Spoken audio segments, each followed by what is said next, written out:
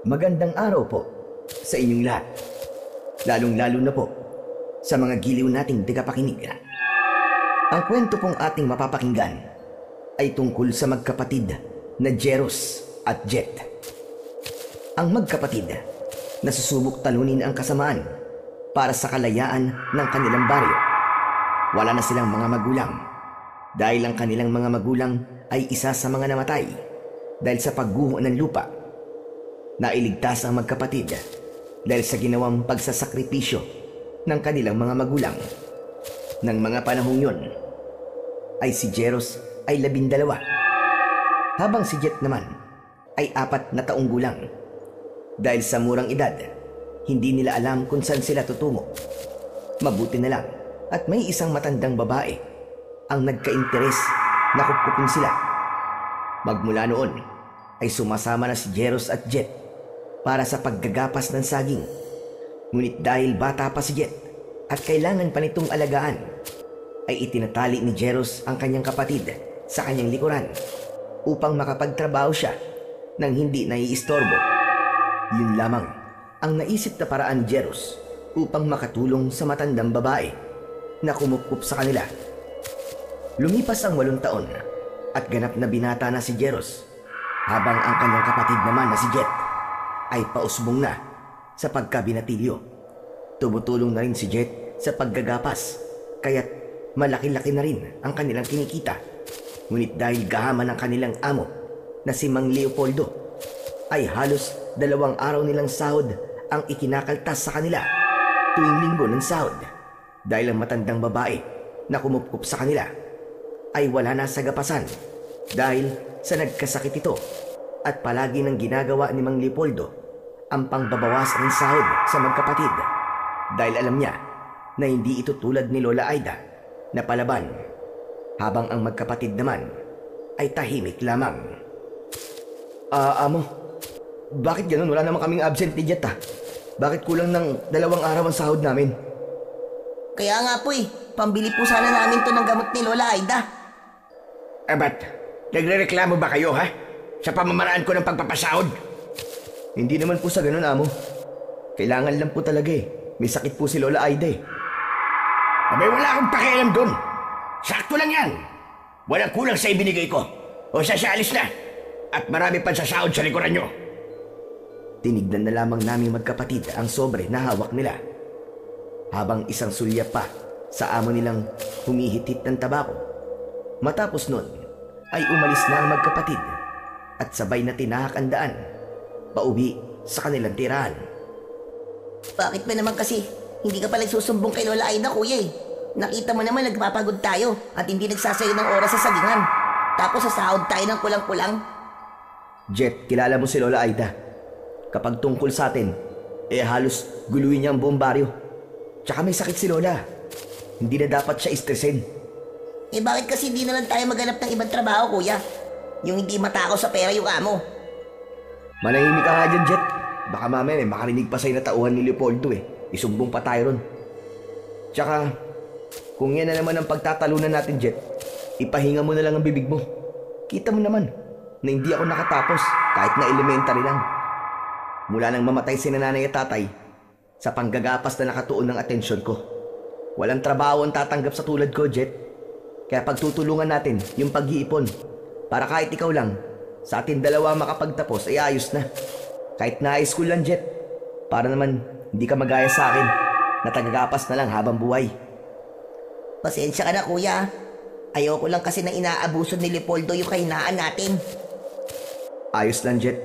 Ang mahalaga naman hindi napapabayaan si Lola Aida at naaalagaan natin siya tulad ng pag-aalaga niya sa atin noong mga bata pa tayo.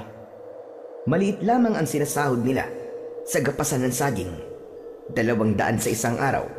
Ngunit dahil binabawasan ni Don Leopoldo ang kanilang lingguang sahod na dapat ay 1,200, ay 800 na lang ang kanilang natatanggap dahil sa kasakiman ng kanilang amo. Kuya, ito ang 600 Itatabi ko na lang yung 200 para sa pag-iipon.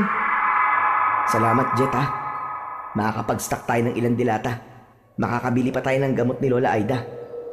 Ay nako, buti na lang talaga. Meron akong kapatid marunong umintindi. Jesus, ayan na naman si kuya. Mamaya niyan, umiiyak na yan. Sira ulo. O siya, dito ka lang muna. Bibili lang ako sa loob ng delata para may stock tayo sa bahay. Tapos mamaya, sa butika naman tayo bibili.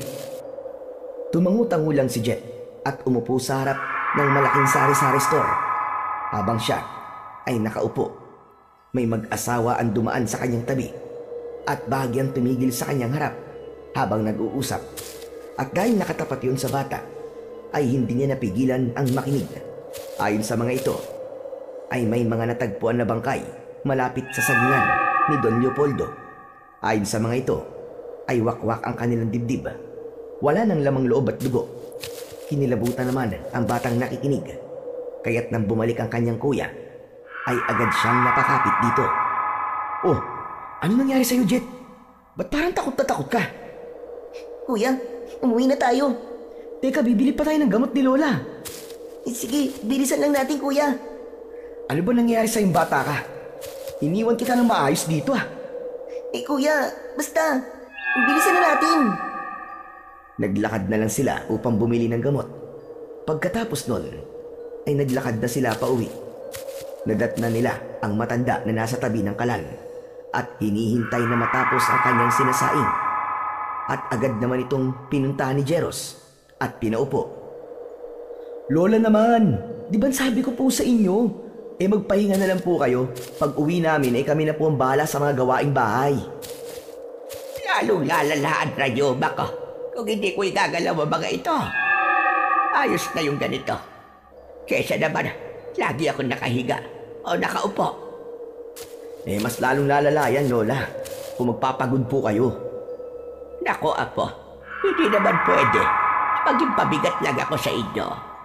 Nagtatrabaho kayo sa initan habang ako nagpapakarena sa bahay.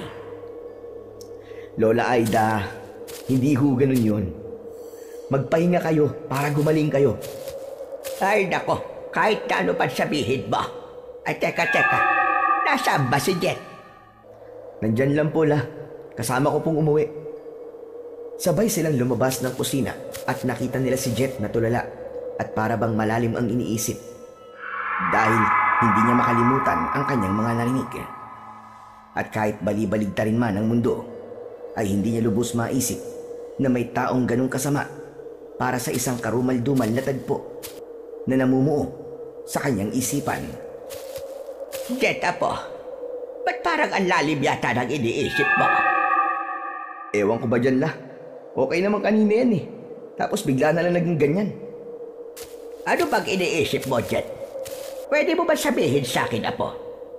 Wala po ito, Lola. Hindi naman po mahalaga. Hindi mahalaga, pero para ka nakakita ng multo. Sige na nga. Kanina kasi iniwan po ako ni Kuya. Tapos may nag-uusap po. Tapos sasabi po, may mga bangkay raw po silang nakita. Doon po malapit doon sa may sagingan ni Man Leopoldo. Wakwak raw po yung tiyan, tapos wala na po mga laman loob. Hindi kaya may aswang na po sa baryo, Lola? Yan. Yan ang mga nakukuha mo sa kakabasa mo ng katatakutan. Tapos, mahilig ka pang makinig sa usapan ng mga matatanda. O ano na pala mo ngayon? Kuya, iba naman yun Sabi ng mga nag-uusap kanina, wakwak yung katawan. Sino bang matinong tao ang gagawa nun? Aba, uso yan. Yung mga nangunguha ng tao, tapos binibenta yung laman loob. Malay mo naman, Kuya. Halimaw talaga, di ba? Ay sus, nagpapaniwala ka na naman. Mga Apo, nasa harapan niyo ako tapos ganyan kayo. Jeros, Jet, parehong pwede ang mga sinabi niyong dalawa. Basta, palagi na lang kayo mag-iingat. Yan, si Kuya kasi. Oh, bakit ako na naman? Tama na. Yan ang ibig ko sabihin, huwag na kayo magtalo. Kalimutan mo na yung mga narinig mo, Jet. Ikaw naman, Jeros, maghain ka na, kumain na tayo. Para maaga kayo makapagpahinga. Alam kong pagod kayo kakagapas. Sige po la. Mabilis na naghain si Jeros. Nagbuka siya ng isang dilata. At yun ang pinagsaluhan nilang tatlo. Tahimik silang kumain. At pagkatapos ay lumabas ng bahay si Jet. Kahit na medyo madilim na ang kapaligiran. Upang sana ay pumunta sa poso para maglinis ng katawan. Ngunit hindi pa man siya tuluyang nakakalapit sa may poso, ay may naaninag na siyang isang malaking itim na nakasabit sa isang tuyong kahoy. Mukha itong paniki, ngunit halata dito ang mata nitong parang sa tao. Malalaki ang pangil at matutulis ang kuko. Nabitiwan ni Jet ang sabon na kanyang hawak at dali-daling tumakbo sa loob ng bahay habang sumisigaw. Ano ba yan, Apo? Ano na namang nangyayari sa'yo? May aswang po, Lola. May aswang po. Ano ba pinagsasasabi mo, Jet? Hanggang ngayon ba hindi mo pa rin makalimutan yung narinig mo? Lola, nakita ko po. Mukha po siyang paniki. Baka paniki lang talaga yon, Jet. Hindi, kuya. Napakalaki niya. Sobrang laki, kuya. Tapos yung mga mata niya, nandidilat. Purong puti. Tapos ang lalaki ng pangil. Grabe naman yung imagination mo, Jet. Na-apply mo na sa mga nakikita mo. Kapag may nakarinig sa'yo niyan, iisipin na babaliw ka na. Lola, kuya, maniwala naman kayo sa akin. Totoo nga. May ebidensya ako. Hali kayo. Ipapakita ko sa inyo. Bumalik sila kung saan nakita ni Jet ang sinasabi niyang aswang. Ngunit pagdating nila doon, ang sabon na lang na nabitiwan ni Jet ang kanilang nakita. Ay nako, pinagtitripan mo ba kami, Jet? Nasaan yung sinasabi mong aswang, Aber? Nandiyan lang yung kanina eh. Nakasabit pa nga dyan sa tuyong puno eh. Maniwala ka, Lola. Totoo po talaga yung nakita ko. Baka naman namamalik mata ka lang. Ikaw talaga pinagod mo lang si Lola eh. Tigilan mo na nga yung pag-i-imagine mo, ha? Ang bihirang bata to. Sige na, maglinis ka na ng katawan mo. Tama ako, Kuya mo, Apo. Baka nababalik mata ka lang. Sige na, maglinis ka na ng katawan. Babalik na kami sa bahay. Hindi na po. Bukas na lang po pag maliwanag na. Natatakot na po ako eh. Kumamot na lang sa ulo ang nakatatanda niyang kapatid at dinampot ang nahulog na sabon. Pagkatapos ay nagpunas na lamang sila ng katawan at sabay-sabay na pumasok sa kanilang maliit na kwarto. Mabilis silang nakatulog. Kinabukasan, maagang tumayo ang magkapatid. Hindi na nila ginising si Lola Aida. Ipinaghanda na lamang nila ito ng makakain, almusal at pangtanghalian. Oh, ano? Hindi ka ba maliligo? Mamaya na lang, kuya, pag uwi. Eh di ang baho mo yan. Mangangasim ka panigurado. Pagpapawisan ka mamaya. Buong araw pa naman tayo magbibilad sa araw. Nagsalita. Hindi ka rin naman naligo eh. Kaya pareho lang tayong babaho nito. Oo na. Ay nako. O siya, bitbitin mo na yung baunan natin. Baka mahuli pa tayo. Sermo na naman ang aabuti natin ito. Naglakad sila ng sabay. Pagdating sa sagingan ni Mang Leopoldo, ay iilan pa lamang silang naroroon. Ngunit dahil nakagawian na nila na kapag may maagang dumarating, ay dapat mag-umpisa na sila sa panggagapas. Kaya dali-dali silang kumuha ng gloves at itak para makapag-umpisa na. At nang dumating ang oras ng kanilang pahinga, ay doon dumating ang kanilang amo na si Mang Leopoldo. May dala itong mga tinapay at isang jug ng malamig na tubig. Yun ang naging merienda nila. Ngunit habang sumusubo ng tinapay ang nakababatang kapatid ni Jeros, ay may napansin itong itim na itim sa tinapay. At agad niyang iniluwa ang tinapay na nasa kanyang bibig. Ano ba yan, Jet? Eh, kuya, tignan mo naman kasi to. Papatayin yata tayo ng Leopoldo na yun eh. May amag yung tinapay. Uy, Jet, ano ba? Hinaan mo pagsasalita mo. Kapag narinig tayo niyan, yari tayo. Kaya umayos ka. Hoy, kayo riyan. Ano naririnig ko ang pangalan ko dyan, ha? Eh, kasi naman po, amo. Yung tinapay po. Mabilis na tinakpan ni Jeros ang bunganga ng kanyang kapatid at ngumiti ito kay Don Leopoldo na nasa kanilang harapan. Masarap po. Masarap po yung tinapay. Itinaas lamang ni Mang Leopoldo ang kanyang isang kilay at saka siya tumalikod. Nagtungo ito sa isang kubo at isinara niya ang pintuan nun, habang ang magkapatid naman ay nagkatinginan. Wait! Kuya, mas mamamatay ako sa kamay mo eh. Ano ba yan? Ang baho. Ayusin mo kasi, Jet. Kapag sinabi mo yung tungkol sa amag, Siguradong hindi tayo bibigyan uli nun. Parang hindi mo alam ang ugali ng panot na yun. Ibulsa mo na lang yan. Tapos, pagdating sa loob ng sagingan, ibabaon natin para hindi makita ng panot. O sige kuya, pengin na lang ako ng tubig. Uminom na lang sila ng tubig. Pagkatapos ng oras ng kanilang pahinga, ay bumalik na sila sa loob ng sagingan. Nakalimutan naman nila ang tinapay na kanilang ibabaon sa lupa.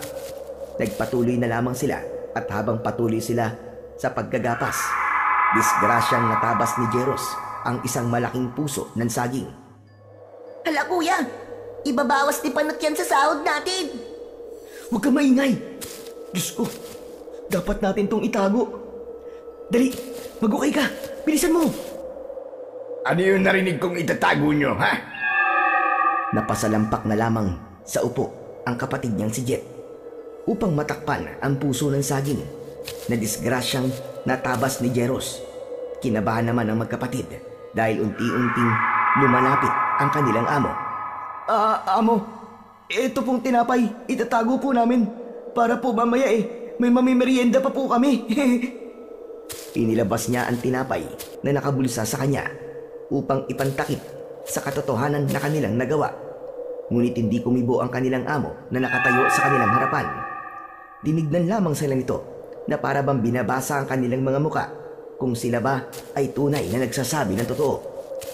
Pinilit na ngumiti ng magkapatid upang hindi mahalata na hindi talaga ang tinapay ang tunay na kanilang itatago. Opo, Aong Leopoldo, yung tinapay po talagang itatago namin. Baka po kasi magutom kami ulit mamaya eh. Eh bakit ka nakaupo? Nang pasalampak, Jet?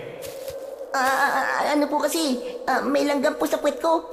Sinusubukan ko pong ikaskas sa lupa. Opo. Sabi ko nga po sa kanya, tutulungan ko na lang siya sa paggamot eh. Ayaw naman po niya, kaya po kinakaskas na lang po niya ang puwet niya sa lupa. Tinignan lamang sila ni Mang Leopoldo habang humihit-hit ng kanyang tabako. Bago ito tuluyang tumalikod at umalis, nagpasalamat naman ang magkapatid at pinaniwalaan sila ng kanilang amo dahil alam nila na siguradong malaki ang ibabawas sa kanilang sahod pag nagkataon. Iuukay na sana ng magkapatid ang puso ng saging, ngunit naisipan nila na pwede nilang maiulam yon. Ipinatabi na lamang niya sa kanyang kapatid upang iuwi na lang nila mamaya. Hindi na nag-usap ang magkapatid at nagpatuloy na sila sa kanilang paggagapas. Nang dumating ang oras ng tanghalian, ay bumalik na sila sa kanilang pahingahan. Ngunit pagdating nila doon, ay nakita nila ang kanilang amo na nakaupo malapit sa kanilang pahingahan. Hinintay nito na makumpleto silang lahat at sinabi nito na kalahating araw lang muna sila dahil may pupuntahan ito. Nagtinginan naman ang magkapatid at agad na tinapos ng kanilang amo ang usapan na yon at sumakay na sa kanyang kotse habang ang magkapatid naman ay hinintay na umalis lahat ng kanilang mga katrabaho. Ayan Jet, wala na mga kasama natin. Kunin mo na yung pinatago ko sa'yo tapos ilagay mo rito sa bag ha. Uwi na tayo kagad. Ala kuya, mata ko lang. Dapat tayong dalawa. Ay nako. O siya, bilisan na natin. Kinuha nila ang itinago nilang puso ng saging. Pagkatapos ay isinilid nila ito sa bag kung saan nakalagay ang kanilang baon at naglakad na lamang sila na para bang walang nangyari. Kuya, paano kung malaman ni Don Leopoldo itong ginawa natin? Bahala na Jet. Mahalaga, nakalusot tayo ngayon. Nakatakas nga tayo kay Mang Leopoldo. Pero pag nalaman naman ni Lola Aida yung ginawa natin, sigurado naman na pagagalitan din tayo nun. Huwag mo na lang isipin, Jet. Magmadali ka na lang. Makalipas ang ilang minuto, ay narating na nila ang kanilang tahanan. Naabutan nila doon si Lola Aida na kumakain pa lang. Nandun din ang isang kilala bilang magaling na mang-aararo ng mga bukirin sa kanilang baryo. Nagtaka naman ang magkapatid dahil madalang lamang nilang nakikita ang taong yon.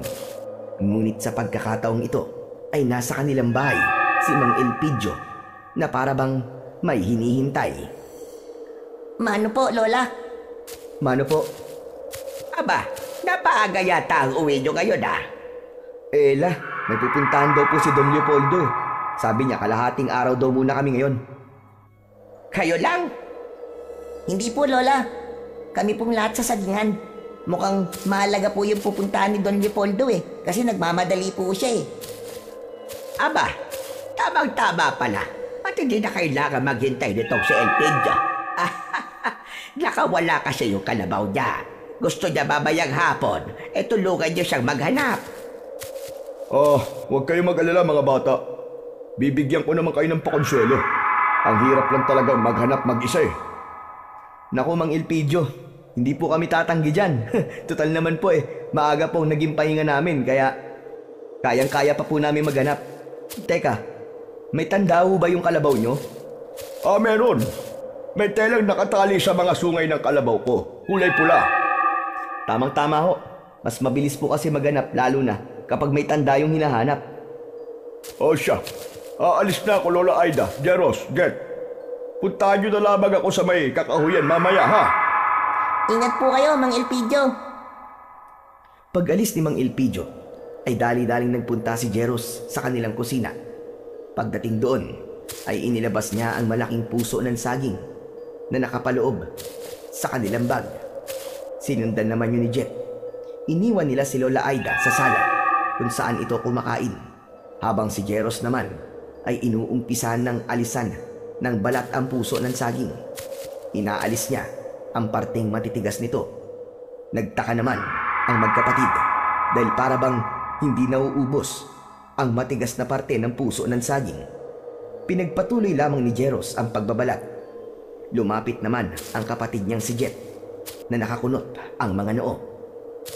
Bomba ba yung puso ng saging, kuya? Parang wala na tayong mapapakinabangan dyan Kukunin ko lang yung pinakamalambot na parte tapos ilalaga ko. Nako, masarap isawsaw sa suka yun Pero parang walang katapusan yung matigas na parte, kuya. Lalambot din yan. Ang gawin mo na lang, kunin mo tong mga kalat tapos itapon mo na yung iba.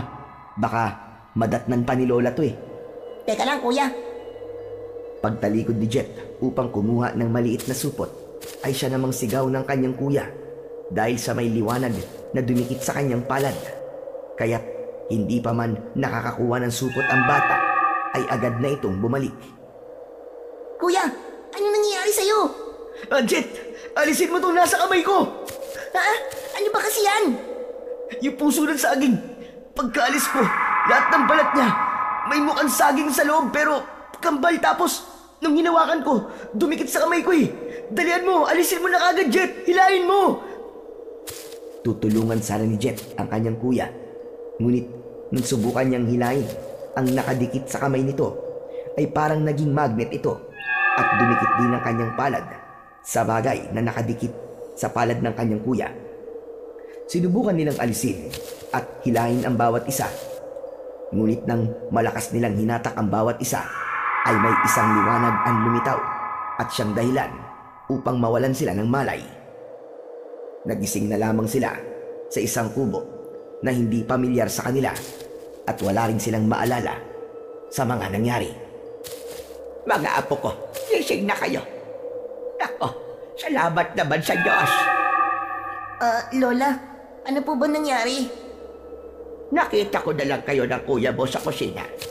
Pareho kayong walang malay. Aray, ang sakit po ng ulo ko. Di ko alam ang mga nangyari. Kahit nga ako, kuya Ang naalala ko lang, pinuntahan kita sa kusina, yun lang. Ano ba nangyari sa inyong dalawa? Pinakakaban niyo ako. Buti na lang tinulungan ako ng mga kapitbahay natin na madala kayo rito. Nasaan ho ba tayo? Nandito tayo ngayon sa kubo ni Elpidio. Maliban kasi sa kilala siya bilang magaling na mga araro, ay kilala din siya sa paggagamot dahil galing ang pamilya niya sa isang angkan na mga albularyo. Kaya dito ko kayo dinala. Hala, oo nga pala, kuya. Nagpapatulong si Mang Elpidio sa paghanap ng kalabaw niya, di ba? Teka lang mga apo, wag naman kayo magmadali. Kaya nyo na ba? Hindi na ba masama ang pakiramdam nyo? Kaya na po, La. Ikaw ba, Jet? Kaya mo na ba? Oo, kuya. Wala namang masakit sa katawan ko Ilang sandali pa ay pumasok na si Mang Elpidio sa kubo. May dala itong hindi kilalang dahon. Nang makita niyang may malay na ang dalawa, nagulat ito. Para bang hindi niya inaasahan na mangyayari yon. Gising na pala kayong dalawa. Bakit po? Hindi niyo po ba inaasahan ng pagising namin ni Kuya? Kaya nga po, ano po ba talaga nangyari? Gusto niyo ba talaga malaman? O baka naman may alam na kayo? Wala ba kayo naaalala? Nagtinginan ang magkapatid na para bang inaalala kung ano ang tunay na nangyari. Ngunit kahit na anong gawing hukay nila sa kanilang isipan, ay hindi talaga nila maalala ang mga nangyari. Kagagaling ko lamang sa inyo kung saan kayo nakita ni Lola Aida na walang malay. Maaari ko ba malaman kung saan galing ang puso ng saging na yon? Sa ano po? Sa sagingan po ni Don Leopoldo. Disgrasya ko pong nagapas habang nagtatrabaho kami kanina. Teka, puso ng saging. Alam ba ito ni Leopoldo, mga apo? Hindi nga po, Lola Hindi po namin sinabi ni Kuya dahil alam po namin na ibabawas niya po yun sa sahod namin. Kaya tinago po namin. Tsaka inuwi po namin. Nako, bahabagin langit. Alam nyo ba na yun ang pinakaayaw ni Leopoldo na gawin ng mga trabahador niya? Kapag nalaman niya yun, sigurado mag-iinit ng gusto ang kanyang ulo. Dati, nung hindi ko pa kayo kasama sa paggagapas, may nahuli siyang isa kong kasamahan. Nag-uuwi ng mga puso ng saging. Hindi naman masasabi at wala kaming matibay na ebidensya. Misteryosong nawala ang taong nag-uuwi ng puso ng saging. Mula ng araw na yon, marami nang natakot na pagnakawan siya. May mga umalis din sa gapasan ng saging dahil sa takot na baka sila ang sunod na mawala. Lola Aida, sandali lang ho. Gusto ko malaman yung dalawa na ang puso ng saging na inyong dinala ay naglalaman ng isang mutya na maaaring matagal na rin na hinahanap ni Leopoldo dahil ayaw niya na may kukuha ng mga puso ng saging. Maaaring kayong dalawa ang pinili ng kambal na mutya. Teka lang ho, Lola. Mang Leopoldo, wala po kami maintindihan Jeros, ang sinasabi ko mutya ay ang dahilan kung bakit nawalan kayo ng malay na magkapatid. Dahil sa oras na may nakakuha nito, hindi lang iisa, kung hindi 2 tao ang kailangan ng mutya para lang mabuo ang kapangyarihan na taglay nito. Marami na sumubok na maghanap ng kambal na mutya ng puso ng saging, ngunit wala sa mga ito ang nagtagumpay. Isa lamang ang ibig sabihin niyan, may nagbabadyang panganib kung kaya't pumili ang mutya ng karapat-dapat. Ano pong ibig sabihin yung panganib, Mang Elpidio? Pasensya na po pero parang wala naman pong katotohanan ng mga sinasabi niyo Tsaka, disgrasya lang po talaga na nagapas ko po yung puso. Kaya paano pong pinili? Hindi lamang disgrasya o nagkataon lang ang bagay na yon. Sigurado ko na kayong magkapatid talaga ang pinili ng kambal na mutya. Siguro, hindi nyo pa maintindihan sa ngayon. Pero sigurado ko sa mga sinasabi ko. Darating din ang oras na malalaman nyo at kayo mismo ang makakasaksi sa kapangyarihan na taglay nito. Hindi na lamang kumibo ang magkapatid. Habang ang matanda naman na si Lola Aida ay nag-aalala. Baka sa kanyang muka ang pag-aalinlangan. Kaya't iniba na lamang niya ang takbo ng usapan. O siya, kaya niyo naman tumayo. Kaya naman po, La. Tulungan niyo na si Elpidio na maghanap sa kanyang kalabaw. Sige na.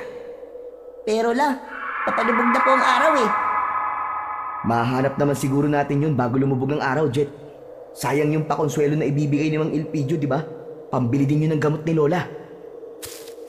Tumango na lamang si Jet sa sinabi ng kanyang kuya, kaya't sabay silang bumaba sa katre at sabay na lumabas, habang si Mang Elpidio naman at Lola Aida ay nagtinginan na para bang nag-uusap ng tahimik. Hindi ko maintindihan kung bakit ang mga bata pa ang pinili ng mutya. May dahilan, Lola Aida, kung kaya't sila ang pinili nito. Hindi basta-basta pipili ang isang makapangyarihan na bagay kung hindi niya nakitaan ang nilalang ng kabutihan. Pero mga bata pa sila, Elpidio. Wala bang paraan para maalis sa kanila ang mutya? Wala, Lola Aida. Dahil ang kambal na mutya ng puso ng saging Ayon sa aking ama at lolo, nang sila ay nabubuhay pa, kapag ang mutya ng puso ng saging ay dumikit sa katawan ng tao at magkakaroon pa ito ng isa pang kasama, ay magiging parte na ito ng kanilang katawan. Diyos ka, bakit sila pa? Napakabata pa nila para pumasa ng isang mabigat na responsibilidad. Huwag ka na mag-alala sa kanila, Lola Aida. Hindi ho sila pababayaan ng mutya. Alam niyo naman po, ang taglay na kapangyarihan ng mutya na yon, hindi ba? Oo, Elpidio. Kahit naman nagtataglay yun ng isang malakas na kapangyarihan, ay hindi pa rin ako mapalagay. Dahil ayon sa pangitain ng aking ninuno, sa matagal na panahon na tahimik na pamumuhay ng mga tao, ay lalaganap ang isang madilim at hindi inaasahang mga halimaw. Paano kung taglay na nga nila ang mutya, pero mapahamak pa rin sila? Hindi naman po siguro mangyayari yun, Lola. Dahil walang sino man ang makakatalo sa kabutihan. Tumingin na lamang sa kawalan ng matanda. Pinipilit na alisin ang pag-aalala sa kanyang puso, habang si Jet at Jeros naman ay patuloy lamang sa paghahanap ng kalabaw na pinapahanap ni Mang Elpidio. Kuya, naniniwala ka ba sa mga sinasabi ni Mang Elpidio? Naku, Jet, kailan mo ba ako nakitang naniwala sa mga ganyan-ganyan? Kuya, para kasing totoo eh. Paano kung hindi? Wala namang masama kung maniniwala tayo, di ba? At saka, hindi ka ba napapaisip na walan tayo ng malay ng sabay? Dala yun ng pagod, o di kaya yung pinakain na tinapay sa atin nung panot nating amo. May mga amag kasi. Ewan ko, kuya. May parte kasi sa akin na para bang nagsasabi na paniwalaan ko sila eh. Ikaw lang, di naman ako naniniwala sa mga agimat eh. Tsaka sa anting-anting at tsaka mutya. Baka ikaw, mahilig ka magbasa kasi ng mga ganyan-ganyan eh. Ay nako, kuya. Hindi lang naman ako nagsasabi ah. Si Mang Elpidio rin naman ah. Pero sandali lang. Naalala mo ba yung sinabi ni Lola? Ang alin na naman, Jet? Yung yung nahuling nagnakaw na puso ng saging tapos bigla daw pong nawala. Hindi kaya dahil yung kay Don Leopoldo? Sa sama ng ugali ng panot na yun, hindi malayo na siya ang may gawa nun. Naku, Jet ah, magdahan-dahan ka sa mga sinasabi mo. Baka mamaya may makarinig niyan sa'yo. Isumbong ka kay Don Leopoldo. Yari tayo doon pag nagkataon. Sino naman makakarinig sa atin dito? Tignan mo nga nasa gilid tayo ng ilog. Wala namang ibang tao dito eh. Basta mag-iingat ka palagi sa mga sinasabi mo. Lalo na kapag nandun tayo sa gapasan. Mahirap na. Kilala mo naman yung matandang panot na yun. Mainit ang dugo sa atin. Oo na, kuya. Mag-iingat na ako sa susunod. Naku, padilim na. Di pa rin natin nakikita yung kalabaw. Baka abutin tayo ng dilim dito, kuya. Speaking of kalabaw, Jet. Ayun oh, nasa kabilang ilog. Aba, paano nakarating yun dyan? Aba, malay ko. Hindi na mahalaga yun, Jet. Alam mo ang mahalaga, maiuwi na natin siya. Lulusob tayo sa tubig? Ay hindi, maglalakad tayo sa tubig. Natural, lulusong tayo. Napakamot na lang sa ulo ang batang si Jet dahil sa sinabi ng kanyang kuya. Sabay nilang nilusong ang tubig sa ilog para makalipat. Lumungoy ang binata na si Jeros habang hawak naman niya ang kamay ng kanyang kapatid. Ngunit ang pinagtataka nila kung bakit nakaakyat sila nang walang kahirap-hirap. Kasabay nun ang parang dagta na nasa kanilang mga palad. Ano ba naman yan, Jet? Hindi ka ba nagugas ng kamay? Bakit may mga dagta ang kamay ko? La kuya, ako nga rin may dagta. Baka nga ikaw dyan ang hindi nagugas ng kamay tapos ako pa tong sisisihin mo. Hoy, gumamit ako ng gloves, no? Ako rin naman Ano nga kala mo sa akin? Basta. Mamaya magugas ka ng kamay. Tara, kunin na natin yung kalabaw. Nilapitan na nila ang kalabaw. Nagpasalamat naman sila at hindi ito mailap. Kaya pala hindi ito makauwi dahil nakapulupot ang tali nito sa mga talahib. Mabilis nilang kinuha yon at sabay na tinahak ang daan. Naabutan na sila ng dilim at habang naglalakad, napansin nila ang pagkabalisa ng kalabaw para bang ayaw nitong tumuloy sa paglalakad. Nang narating nila ang isang malaking puno ng akasya na malapit sa tabing ilog, ay napahinto sila dahil huminto ang kalabaw. Ayaw na nitong maglakad. Maya-maya pa, isang kakaibang tunog ang narinig ng magkapatid. Napakapit naman si Jet sa kanyang kuya. Napansin na lamang nila ang kalabaw na bigla na lamang lumuhod sa kanyang kinatatayuan. Hayop na yan! Ano ba nangyayari sa iyong kalabaw ka? Makisama ka naman! Ang dilim-dilim na oh! Wala pa kaming dalang kahit na anong ilaw! Tumayo ka na dyan! Kuya, natatakot ako. Ayan ka na naman, Jet ha! Pinaiiral mo na naman yung pagiging matatakotin mo eh. Umayos ka nga! Nandito pa naman tayo sa may puno ng akasya. Pinilit ni Jeros na patayuin ang kalabaw. Ngunit kahit na anong pilit nito, ay ayaw pa rin itong tumayo at maglakad. Lumayo na rin ang tunog na kanilang naririnig. Ngunit nang tumingin si Jeros sa kanyang harapan at bandang itaas, napansin niya ang isang nilalang na parang paniki na nakasabit. Hindi ito nag-iisa dahil 4 ang mga ito. Sinubukan pakalmahin ng binata ang kanyang sarili. Sinubukan niyang isipin na isa lamang yung ordinaryong paniki. Ngunit sa muli niyang pagtingala ay napansin niyang sila ang tinitingnan ng mga ito hanggang sa umangil ang mga yon ng napakalakas. Ganun na lamang ang panlalaki ng kanyang mga mata nang mapansin niyang lumipad ang mga ito at nagpaikot-ikot sa kanila. Hinigpitan ni Jet ang pagkakakapit niya sa kanyang kuya habang si Jeros naman, habang nakahawak sa lubid ng kalabaw, ay mahigpit niyang inakap ang isang kamay ng kanyang kapatid.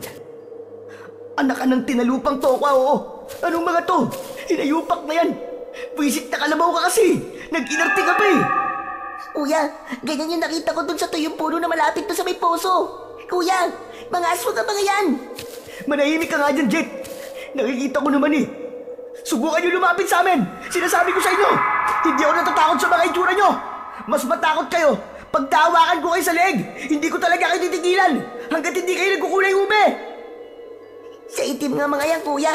Malabong maging kulay ubi ang balat ng mga yan. Tumahimik ka na nga dyan, Jet! Ang daldal mo! Nagpatuloy lang ang 4 na aswang na mukhang paniki sa pag-ikot sa kanilang magkapatid. Hanggang sa isa-isa ang mga ito na umatake. Hindi naman alam ng magkapatid ang gagawin. Kaya't agad na nag-isip ang binata ng pwedeng gawin. Napansin niyang mahaba ang lubid ng kalabaw. Kaya't niluwagan niya ito at yun ang ginamit na panghataw sa mga lumalapit na aswang. Bawat hagupit niya sa mga aswang ay nag-iiwan yun ng nagliliyab na sugat. Pagkatapos ay sinubukan ng mga aswang na dagitin ang kapatid niyang nakakapit ng maigpit sa kanyang damit. At nang makuha ng aswang ang buhok ng kanyang kapatid, sinubukan niya itong ilipad. Ngunit maigpit itong niyakap ni Jeros sa bandang paanan. Umiiyak naman sa sakit ang bata hanggang sa nahawakan ng bata ang kamay ng aswang na ginagamit ito na panghila sa kanya.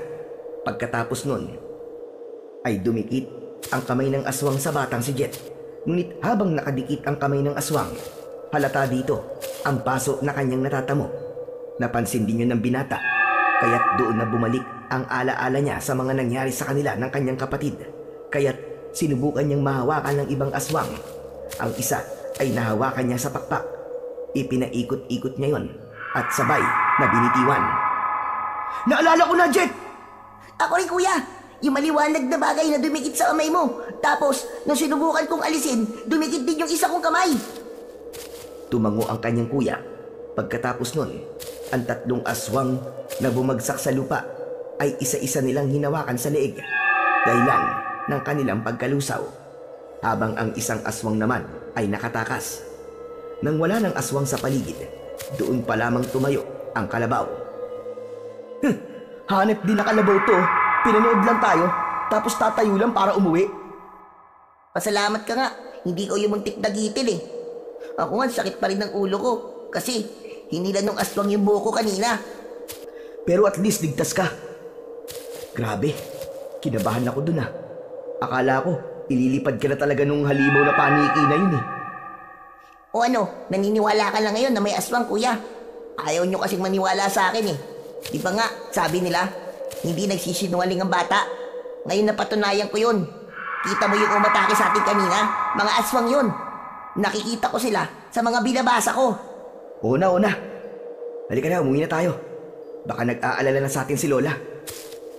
Pinasakay ni Jeros ang kanyang kapatid sa kalabaw At habang hinihila niya ang kalabaw, hindi matanggal sa isip niya ang itsura ng mga nilalang na umatake sa kanila, habang inaalala naman ang kapatid na masakit pa rin ang anit dahil sa ginawang paghila sa kanya ng aswang.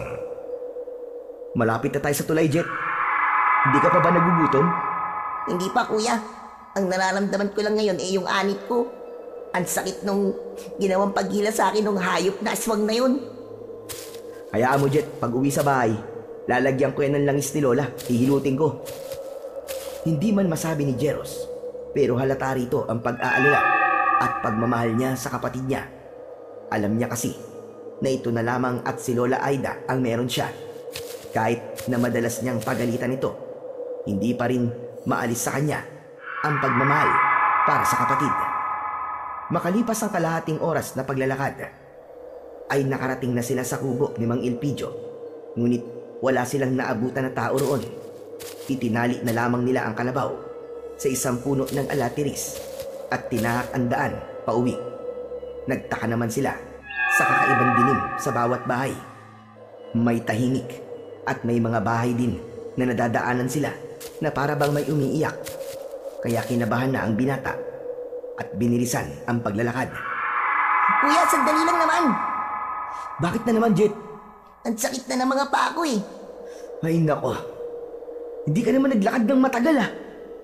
Ang apdi, kuya eh. Nilapitan niya ang kanyang kapatid at hindi niya napansin ang galos na meron ito. Doon pa lang naalala ng binata na siya ang may gawa ng bagay na yon dahil sa pagkakayakap niya sa bandang paanan ng kanyang kapatid upang hindi ito matangay ng aswang. Dahil doon, hindi niya sinasadyang nagalusan ng kanyang kapatid. Kaya't bumalot ang kanyang awa para dito. Kaya't pinunasan na lamang niya ito pauwi sa kanilang munting tahanan. Salamat, kuya. Kasi hindi mo ako hinayaan na makuha ng mga aswang na yun. Wala yun. Kahit naman sinong kuya ang nasa kalagayan ko, pag nakita nilang tatangayin yung kapatid nila ng mabangis na halimaw, gagawin din yung ginawa ko. Pero salamat pa rin, kuya. Kasi kahit na akala ko nun, dahil palagi mo akong pinagagalitan, akala ko di mo ako mahal. Pero pinakita mo sa akin ngayon, mahalaga pala ako sa'yo. Kasi di mo ako hinayaan na madagit ako nung aswang. Habang nakapasan ang nakababata niyang kapatid, ay naramdaman niya ang paghigpit ng kapit nito sa kanya, na ang ibig sabihin ay niyayakap siya nito. Habang napapangiti naman ang binatang si Jeros. Nang makarating sila sa kanilang tahanan, naabutan nila doon ang walang malay na si Lola Aida. Nasa sala ito, habang si Mang Elpidio naman ay nasa tabing upuan. Mang Elpidio, ano po nangyari kay Lola? Diyos ko, salamat naman at ligtas kayong nakauwi. Kanina kasi, may mga halimaw na umatake sa baryo. Ang daming nakuha at halos mga bata. Dahil sa pag-aalala sa inyo ni Lola Aida, ayan, nawalan siya ng malay. Hindi naman kami inatake dahil naamoy yata ng mga aswang na wala kami kasamang mga bata. Habang naglalakad po kami papauwi, Mang Elpidio, may umatake din po sa amin. Sinubukan po nila akong tangayin. Pero hindi po hinayaan ni kuya yun. Ang nakapagtataka lang po, nasusunog po sila sa bawat hawak namin sa kanila. Ngayon ba ay naniniwala na kayo na kayo nga ang nakakuha ng ambal na mutya? Ang ibig sabihin lang ng pagpili sa inyo ng mutya ay kayo ang lalaban sa mga halimaw na maaaring sumugod ulit dito anumang sandali. Teka lang po, Mang Elpidio. Bakit kami naman po magkapatid ang napili? Dahil karapat-dapat kayo. Dahil may nakita sa inyo ang mutya na hindi niya nakikita sa iba. Pero paano po ang kapatid ko? Napakabata niya pa po. Ayos lang sana kung ako lang. Pero David po ang kapatid ko. Di po pwedeng may mangyaring masama sa kanya. Dahil sila na lang po meron ako. Pinili kayong pareho, Jeros. Dahil nakita ng mutya na kaya nyo. Bilang kambal na mutya, kailangan dalawa kayo upang mas malakas ang kapangyarihan na tataglay ninyo. Ano po bang kapangyarihan ang meron nito? Mukhang interesado ka na. Sige, sasabihin ko sa inyo magkapatid kung ano ang kakayahan ng mutya na inyong tangan. Ang kambal na mutya ng puso ng saging. Kung sino man ang dalawang taong magtatangan nito ay magiging malakas. naglalabas ng isang nakakapasong malagkit na likido. Ngunit gumagana lamang yon sa mga halimaw sa dilim. Sa oras din na ginamit nyo ang matigas na bahagi ng dahon ng saging sa pakikipaglaban, ay magiging taglay nito ang likidong lumalabas sa pareho nyong mga kamay. Ngunit hindi nyo maaaring gamitin ang mutya sa kasamaan dahil kusa itong lalabas sa inyong mga katawan. Hala kuya, tulad ng nangyari kanina. Inaasahan ko ng paglapit sa inyo ng mga aswang dahil nararamdaman nila ang mutya sa inyo. Sigurado kong matagal na din nilang ninanais na makuha ang kambal na mutya. Habang nag-uusap sila, ay nagising ang matandang walang malay. Tinignan sila nito na para bang alalang-alala. Nilapitan naman ng magkapatidang matanda at parehong niyakap, habang si Mang Elpidio ay nagpaalam na. Naghapunan na ba kayo, mga apo? Hindi pa nga po, Lola. Kumusta na po ang pakiramdam nyo la? Ayos lang po ba kayo? Wala po bang masakit sa katawan nyo? Ayos lang naman ako. Nag-alala lang ako sa inyong dalawa. Kumain na muna kayo, mga apo. Sige na. Nakahanda na ang pagkain sa lamesa. Tinakpan ko lang. Tumango ang magkapatid at bago pa sila lumapit sa pagkainan, ay niyakap muna nila ang matanda at tahimik na lumapit sa pagkainan. Pagkatapos nun, ay kumain sila ng tahimik. Matapos nila kumain, ay bumalik sila sa tabi ni Lola Aida. Nadatnan nila ang matanda na malalim ang iniisip. Tapos na po kaming kumain la. Ikaw po ba? Ayaw niyo pa pong kumain? Kumain na ako, mga apo. Inasikaso ako ni Elpidio. Ella, bakit po ba kayo nawalan ng malay? Nag-alala lang ako sa inyo, na kuya mo. Kasi, umatake kanina ang mga aswang na mukhang panik eh. Tapos kayo ay nasa labas. Hindi ko na napigilan ang aking sarili na mag-alala ng gusto. Ayos lang naman po kami la. Hindi naman po kami napano eh. Ikaw kuya, ayos lang. Kasi hindi kasi nabulutan ng aswang. Ano ka ba? Anong sinabi mo, Jet? Napahilamos na lamang sa muka ang kanyang kuya na nakatingin sa kanyang batang kapatid dahil balak niya sanang itago na lamang sa kanilang lola ang nangyari. Ngunit dahil sa kadaldalan ni Jet ay hindi niya na magagawa yon. Sinubukan po akong dagitin ng aswang, Lola. Gamit po ang buhok ko. Ang sakit pa nga po ng anit ko eh. Pero la, di naman po siya nakuha eh. Sige na po la, magpapahinga na po kami. Pahinga ka na rin po. Hinila ni Jeros ang kanyang nakababatang kapatid papasok sa kanilang silid at dinuro niya ito sa muka na dahilan upang ipagtaka naman ni Jet. Ang daldal mo talaga. Nakita mo naman na nananahimik na ako. Gusto mo talaga mag-alala ng gusto sa'yo si Lolay, no? Hindi mo nalang inisip na pwedeng makasama sa kanya yun. Sorry kuya, hindi ko naman po sinasadya eh. Sa susunod huwag kang ganun. Ingatan mo mga sasabihin mo. Isipin mo muna kung makakasama ba yun sa nararamdaman ni Lola. Pasensya na kuya, hindi ko talaga sinasadya.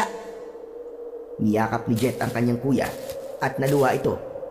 Ganun din ang ginawa ng binata dahil hindi ito sanay na nakikitang umiiyak ang kanyang kapatid. Pinahiga niya na ito para magpahinga.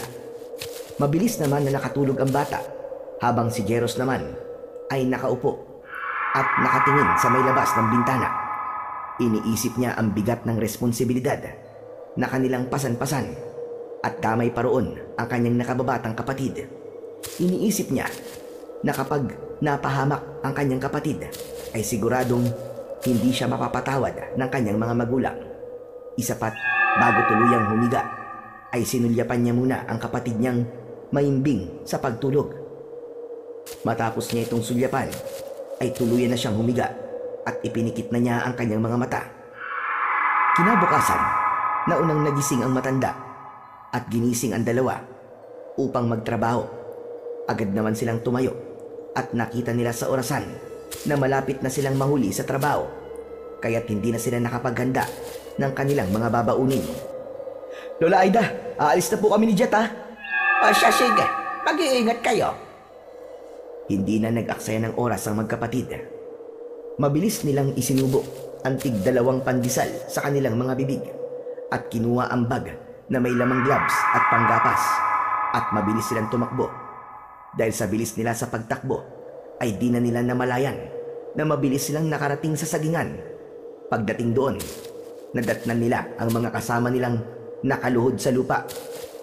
Habang si Don Leopoldo ay may hawak na pamalo, habang may isang lalaki sa tabi niya ang nakaupo sa lupa, hubad ang pang-ibabaw at pang-ibabang saplot at puno ng latay sa katawan. Buti naman at nandito na kayo. Lumuhod kayo at uulitin ko para sa inyo ang bagay na ayaw ko na ginawa ng hinayupak na lalaking ito. Dali-daling lumuhod ang magkapatid at nakaharap sa kanilang amo na nanggagalaiti pa rin sa galit. Hindi naman nila alam ang dahilan kung bakit gano'n na lamang kaaga ang galit ng kanilang amo. Nakikita niyo ba ang taong nasa aking harapan? Ang taong ito ay nahuli ng aking mga nagbabantay na nagdanakaw ng puso ng saging sa aking sagingan. Hindi pa siya nakontento at ipinagbibili pa niya ang mga ito. Ang ayoko sa lahat, ang pinagdanakawan ako, lalo na ng puso ng saging. Pinakamaigpit kong ipinagbabawal ang bagay na yun. Di bali sana ang saging na lamang ang kanyang kinuha, pero hindi ang mismong puso pa. Matapos niyang magsalita, ay hinagupit niya muli ang lalaking halos may matay na dahil sa sakit na nararamdaman nito. Napapikit na lamang ang magkapatid habang awang-awa sa lalaking sinasaktan ni Don Leopoldo. Maigpit niyang hinawakan ang mga kamay ng kanyang kapatid upang pigilan ang kanyang sarili na tumayo at ipaglaban ang taong halos mapatay na ni Don Leopoldo. Kakahagupit sa katawan nito habang sinasabi ng kanyang utak na sino ba naman ang taong hindi gagawa ng ganon kung halos hingin mo na lamang ang aming mga pagod. Hindi mo buo na ibinibigay ang aming mga sahod at halos kainin mo na ang pera dahil sa iyong kasakiman. Natakot naman ang kanyang nakababatang kapatid at napayakap ito ng maigpit sa kanyang braso habang si Don Leopoldo ay patuloy na hinahagupit ang lalaking puno na ng latay sa katawan hanggang nawalan na ito ng malay at bahagya yun na sinipa ni Don Leopoldo. Hinayupak ka! Huwag kang magkunwari! Bumangon ka riyan! At ipakita mo sa akin ang tapang mo tulad ng katapangan mo magnakaw at suwain ang aking mga pinagbabawal! At dahil hindi na kinaya ni Jet ang mga kaganapang yon, ay mabilis siyang lumapit sa taong nakahandusay. Hinawakan niya sa leeg ito at inilapit ang kanyang tenga sa dibdib nito. Amo! Hindi na po siya humihinga. Tapos pinipilit niyo pa po siyang bumangon. Binigyan ba kita, Jet, ng paintulot na mangialam? Jeros, alisin mo rito ang kapatid mo bago magdilim ang paningin ko at madamay siya sa galit ko. Jet, ano ka ba? Anong ginagawa mo? Bumalik ka nga rito! Hayaan mo ako, kuya. Matagal na ako nagtitimpi sa panot na to eh. Anak ng 7 kalabaw, oo. Yari na! Anong sinabi mo? Ang sabi ko, oo, hindi nyo nga ako binigyan ng paintulot, Don Leopoldo. Pero wala po kayong karapatan kasaktan ng mga tao walang ginawa kung di maghanap buhay lang. Maghanap buhay? Matatawag mo bang hanap buhay ang pagnanakaw, ha, bata? Hindi po pagnanakaw ang ginawa niya. Kinukuha niya lang po ang dapat para sa kanya. Hindi po ba pagnanakaw rin po ang ginagawa niyo sa amin? Kasi ninanakaw niyo po ang karapatan ng mga tao para magsalita. Halos hiniin niyo na lang po ang pagod namin. Pagdating sa sahuran, halos 2 araw po sa sahod namin ang ibinabawas niyo. Minsan 3 pa nga eh. Ginaganito ho ba namin kayo? Hindi po, di ba? Kaya't kahit sino talaga ay gagawin ang ginagawa ni Manong. Hindi ko sinasabing maganda po ang ginawa niya. Pero hindi po sa lahat ng oras ay tama po ang mga pinagagagawa ninyo. Halos patayin niyo na nga po kami. Pinapakain niyo po kami ng tinapay na may amag at papainumin ng tubig na may kalawang. Anong klaseng tao po ba kayo? Ay mali. Hindi nga pala kayo tao. Kasi pinapakita niyo na mas pasahol pa po kayo sa hayop. Hayop! Hayop! Hayop! Nagpantig naman ang tenga ni Don Leopoldo nang marinig niya ang salitang hayop. Kaya't sa inis nito sa batang nakaupo at hawak ang braso ng nakahandusay na lalaki, ay hahagupin sana niya ito ng kanyang hawak na pamalo. Ngunit agad itong nahawakan ng binatang si Jeros. Don Leopoldo, yan po ang wag na wag niyong gagawin sa kapatid ko. Dahil kahit mas matanda po ay sa akin, kapag sinubukan yung pagbuhatan ng kamay ang kapatid ko, ay magkakasubukan po tayo rito. Yan ang pakakatandaan nyo. Aba, sinusubukan niyo ba ako magkapatid? Hindi niyo pa ako lubusang kilala. Baka pag nalaman niyo kung anong klaseng tao ang karap niyo, magsibahaga ng mga buntot niyo at mawala ang tapang sa inyong mga balat. Hindi po kami natatakot sa inyo. At saka hindi na po namin kailangan makilala pa kayo ng gusto. Sapat na po na nakita na namin kung gaano kasama ang pag-uugali ninyo. Kung ganon, mga bata, kalagkain niyo mga to at huwag nang papapasukin sa akin sa gingan. Dito na magtatapos ang pagtatrabaho niyo rito. Huwag niyo pong subukan na hawakan kami dahil hindi niyo na kailangan pang pakaladkad kami. Bukas ang gate niyo. Lalabas kami ng kusa ng kapatid ko. At saka wag ho kayong mag-alala dahil nasa plano na po talaga namin na iwan ang impyernong sagingan na ito. Tara na, Jet. Tumayo ka na dyan. At baka mahawa pa tayo sa ugali ng taong to. Kaya kayo mga agapas, ngayon pa lang, pag-isipan nyo na ng mabuti. Nasaksiyan nyo kung gaano kasama ang taong to.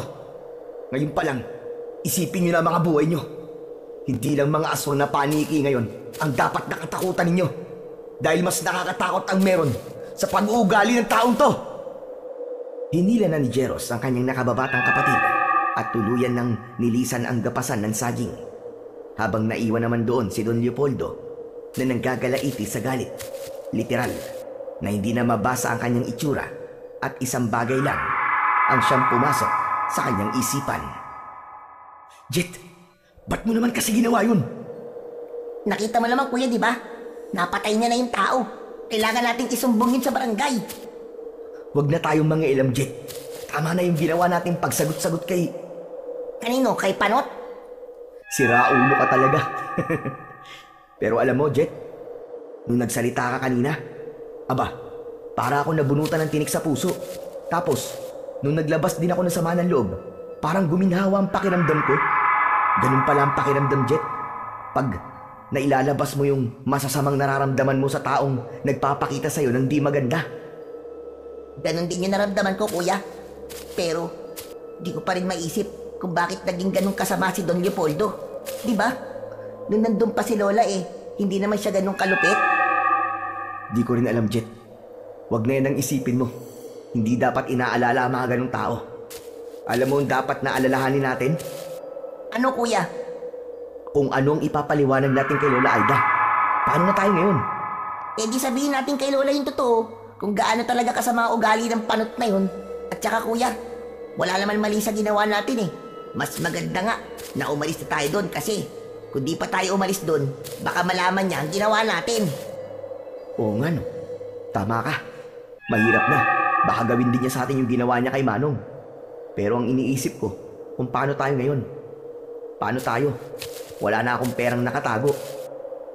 Hindi mo na ako mag-aaral sa susunod na pasukan. Gamitin na muna natin yung naipon ko. Sa tingin ko kuya, malaki-laki na rin yun kasi halos mapuno ko na ng barya at tig-100 yung kawayan kong alkansya Pero, yun na nga paano ang pag-aaral mo? Tsaka na yung kuya. Tapos, kapag may sobra sa ipon ko, di magtayo tayo ng maliit na negosyo. Tapos, mag-umpisa ulit tayo. Pero dapat yung negosyo natin yung papatok sa mga tao. Ay, ewan. Di ko na alam ang gagawin ko, Jet. Di ko alam kung gagana ba yung naiisip mo, pero bahala na. Wala namang masamang subukan Nagpatuloy na sila sa paglalakad. Pauwi sa kanilang bahay. Nadatnan nila doon ang matanda na nakaupo sa kanyang maliit na duyan. Nagbabasa ito ng dyaryo. Nagtaka naman ito nang mapansin ang magkapatid na nakatayo sa kanyang harapan. Aba, Jet, Jeros, bakit umuwi kayo? Wala na wala. Teka, ano bang wala na? Wala na po kaming trabaho, la. Umalis na po kami kay Don Leopoldo. Aba, biglaan naman yata yan mga apo. Bakit? Ano ba nangyari? Kasi nadatnan po namin si Don Leopoldo na may sinasaktang tauhan doon po sa gapasan. Mukhang napatay niya nga po yung tao Ano? Ano ba pinagsasasabi niyo? Naabutan na lang po namin na ganun po yung sitwasyon, la. Dahil po sa nagnakaw daw yung tao ng puso ng saging. Binenta raw po yun ni Manong. Pero sabi niyo napatay niya, di ba? Opo, La. Nakita po namin na humandusay na po yung tao sa lupa. Baka naman nawalan lang na balay. Hindi po, La. Nilapitan po ni Jet yung tao eh. Pinulsuhan po niya at pinakiramdaman ng puso. Hindi na po humihinga yung tao, La. Diyos ko, bakit kayo nangialam? Bakit po, Lola? May mali po ba sa ginawa namin? Nakapatay na po siya ng tao. Diyos mayo, mga apo, hindi nyo dapat ginawa yon. Hindi nyo dapat pinakialaman ang mga ginagawa niya. Hindi nyo alam ang mga kaya niyang gawin. Alam ho namin, La. Kaya niyang pumatay ng tao, pero La, walang masama sa ipaglaban namin ng tama. Dahil nagawa lang po yun ng taong yun dahil hindi siya maayos magpasahod eh. Laging kulang po ang binibigay niya. Hindi lang yun, La. Halos patayin niya po lahat ng tao. Papakainin niya kami na may amag na tinapay at pinapainom niya po kami ng tubig na may kalawang. Pero sana, hindi na kayo nakialam pa. Dapat umalis na lamang kayo at pinabayaan siya. Dahil kahit noon pa, ay ganun na talaga ang taong yon. Nang minsang ninakawan siya, misteryosong nawala ang taong yon. Kaya nakakatakot para sa inyo. Diyos ko, madali kayo mga apo. Magligpit kayo ng mga kagamitan nyo. Aalis na tayo rito. Teka, La. Bakit po ba takot na takot kayo? La, hindi po ako natatakot sa kanya. Kung may sasaktan po siya na isa sa inyo ni Jet, ay ako ang makakalaban niya. Sisiguraduhin kong hindi niya gugustuhin na saktan ng isa sa inyo. Dahil tahimik lang ako, La. Pero hindi ko pa pinapakita ang ugali ko pag nagalit ako. At saka La, hindi ba siya natatakot na baka makulong siya dahil sa mga ginagawa niya? Hindi uso kay Leopoldo ang matakot sa mga parak. Mga apo, nakikiusap ako sa inyo. Umalis na lamang tayo rito. Hindi, La. Kung ano man ang masamang gagawin sa atin ng panot na yun, haharapin natin. Hindi ako natatakot sa kasamaan ng ugali niya. Pumasok na lamang sa kanilang silid si Jeros. Sabay nun ang paghila niya sa kamay ng kanyang nakababatang kapatid. Hindi sila lumabas ng bahay para kumain. Maghapon lamang sila na nasa loob ng kanilang kwarto at binibilang ang ipon ni Jet. Tuwang-tuwa naman sila dahil sa dami ng ipon nito. Ngunit maya-maya pa ay narinig nila ang kanilang lola na may kausap sa labas. Dala ng kuryosidad ay lumabas sila upang tignan ang taong nasa labas. Pagdating doon, nadatnan nila si Don Leopoldo na nakaupo sa kanilang sala. Nakangiti ito sa kanila. Bakit ka napadaan dito, Don Leopoldo? Lola Aida, nandito ko para humingi ng pasensya sa mga apo mo.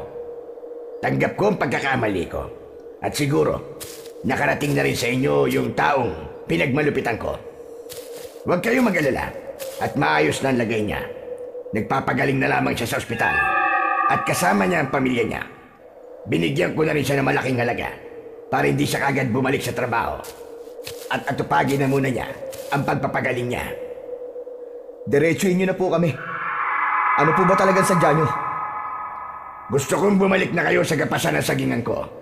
Malaking kawalan kasi kayo kung aalis kayo. Dahil kayo lamang ang pinakamasipag sa gapasan. Pinapangako ko na hindi na ako kulang na magpapasahod. At para sa inyong dalawa, daragdagan ko pa ang sahod nyo. Doble sa isang araw. Hindi na po. May naipon na po kami ni Kuya. Magninegosyo na lang po kami. Oo, Don Leopoldo. Hindi na po kami babalik doon. At saka, maging mabuti na lang po kayo sa mga tauhan nyo para hindi po nila kayo iiwan. Kung wala na po kayong ibang sasabihin, pwede na po kayong umalis. Nawala ang pagkakangiti ni Don Leopoldo sa sinabi ni Jet at Jeros. Kaya hindi na ito nagsalita. Tumayo na ito sa kanyang pinag-uupuan at tinignan ng binata at ang bata, pati na rin si Lola Aida. Saka mabilis na lumabas sa kanilang bahay na walang anumang iniwan na salita. Buo na ba talaga ang desisyon nyo, mga apo? Opo, La. Malaki-laki na rin po ang naipon namin ni Kuya. Magdinegosyo na lang po tayo. Saka Lola, may tira pa po yung ipon namin para sa pag-aaral ko sa susunod na pasukan. Kung ganon, ay maganda kaya na po. Pero sigurado na pa talaga kayo. Opo, La. Sigurado na po kami. Hindi na nagsalita pa si Lola Aida.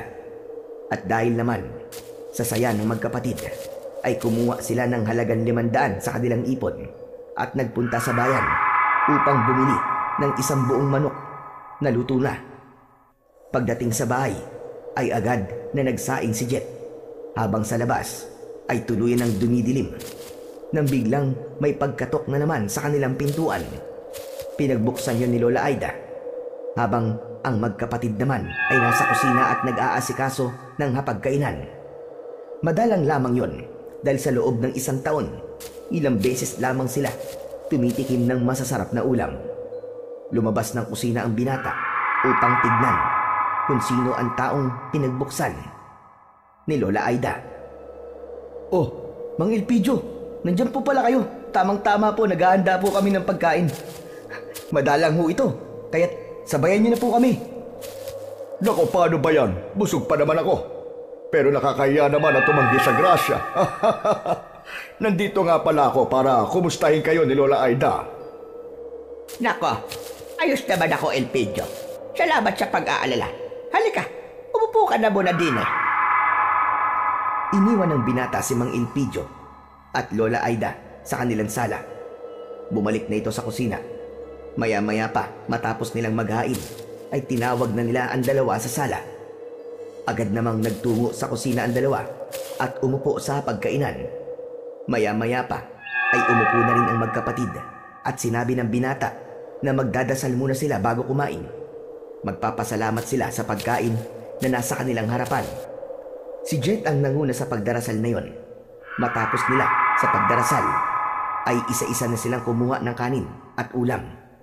Susubo pa lang sana sila ng kanin nang marinig nila ang sigawan sa labas. Hindi lamang yon, narinig din nila ang kaluskos sa kanilang bubungan na para bang may naglalakad doon. Napatigil sila habang si Mang Elpidio naman ay napatayo. Mga aswang, sumasalakay na naman sila. Nanggugulo na naman sila sa baryo.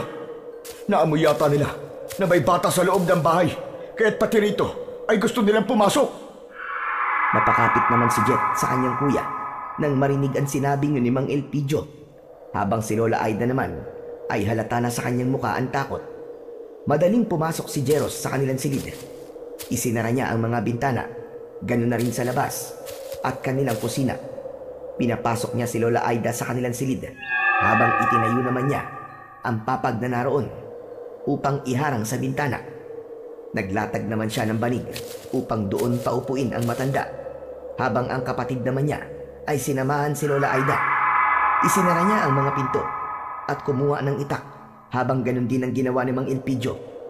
Inabangan nilang pumasok ang aswang sa kanilang bahay. Habang inaabangan yon, ay kumuha ng isang dakot na asin si Jeros. Maya-maya pa ay tumahimik na ang kumakaluskos sa itaas ng bubong. Akala nila ay tuluyan ng umalis ang nilalang na naroroon. Ngunit nang akma na sanang lalakad ang binata, ay biglang nasira ang bubong ng kanilang sala. Kasabay nun ang pagbagsak ng isang nilalang. Ang akala nila ay nag-iisa lamang yon. Ngunit dahil sa sira ng bubong, ay isa-isa nang pumasok ang mga magkakamukhang nilalang. Mga hayop kayo! May pintuan naman! Sinira niyo pa ang bubungan! Umangil ang mga aswang at sabay-sabay silang umatake sa nakatayong si Mang Elpidio at Jeros. Ngunit bago pa sila tuluyang makalapit, ay mabilis na gumalaw ang binata at ibinato sa kanila ang isang dakot na asin na kanyang hawak-hawak. Hindi na rin niya napansin ang maladagdang likido na dumadaloy at lumalabas sa kanyang palat. Bumalot ito ng gusto sa itak na kanyang hawak.